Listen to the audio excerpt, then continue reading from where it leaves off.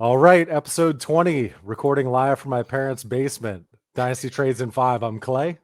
I'm Shane. Scott, let's go. Cooper Kupp, that's who we're talking about.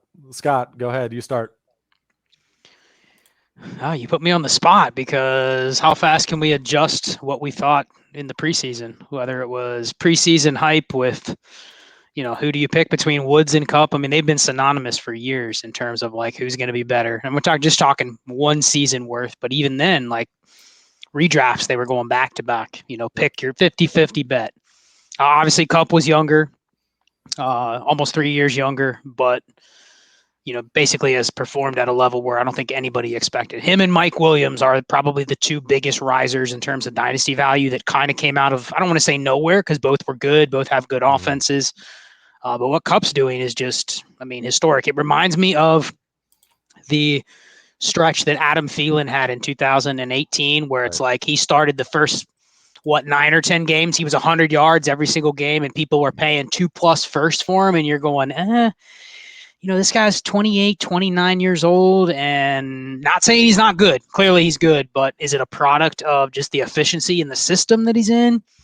So I think that's where we're at with Kupp. And at that time, if you would have sold Adam Thielen for his market price, top 8 receiver price, you would have done well. But you also know that you probably got production for the next 3 or 4 years out of Adam Thielen as well. So buying him, I can understand buying him. I would just be selling for, if I can get another top 15 receiver in a first, I'm willing to hedge my bets the rest of the season. And I know dynasty-wise, I'm probably going to win going forward. Right. Shane, what do you got? I'm trading him immediately. I don't even roster him because I've always thought he's overhyped. Obviously, this year he's performed beyond expectation. I don't think anyone expected him to be. I guess he's the wide receiver 1, isn't he? He's up there. 27 points a game. Cooper Kupp, he's having a great season, but it's not like it's so outlandish that no one's ever done it before. Like he's got like a 33% target share. Well, Devontae Adams had a 34% target share yesterday. Or last year, or not yesterday because no one played yesterday, but he had a 34% target share last year or something like that. For whatever reason, Stafford loves Kupp. He's going to keep targeting him at 35%. What you're going to see is every few weeks, they're going to remember, Woods, we should probably, keep him engaged. I'd sell Kupp if I can get a first for him and a younger player, Jerry Jeudy. I'd be fine with that.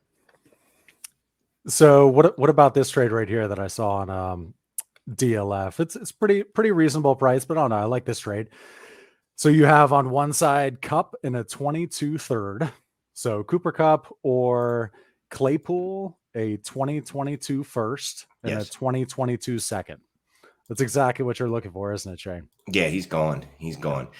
No matter what you paid for him, you could have never hoped for this. You could have hoped for a low-end wide receiver 1 season if you had, reasonable expectations. But being able to cash out multiple picks and a young player that looks like he could be a stud if he ever gets a real quarterback, I'll go that way.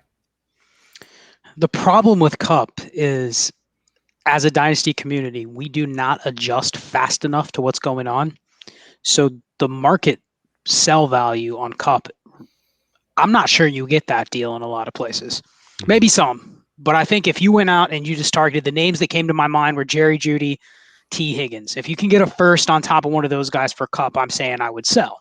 I think Shane would agree. The problem is you send that in a lot of leagues, especially now with Higgins coming off a 15 target game, Jeudy coming back from IR. I think in most leagues, people will say, well, Kupp can't keep this up. I'm not making that deal. That's a sucker trade for me. So I don't think the market truly is like a first and another top 15, top 20 receiver for Kupp. I don't think you can get that in a lot of places.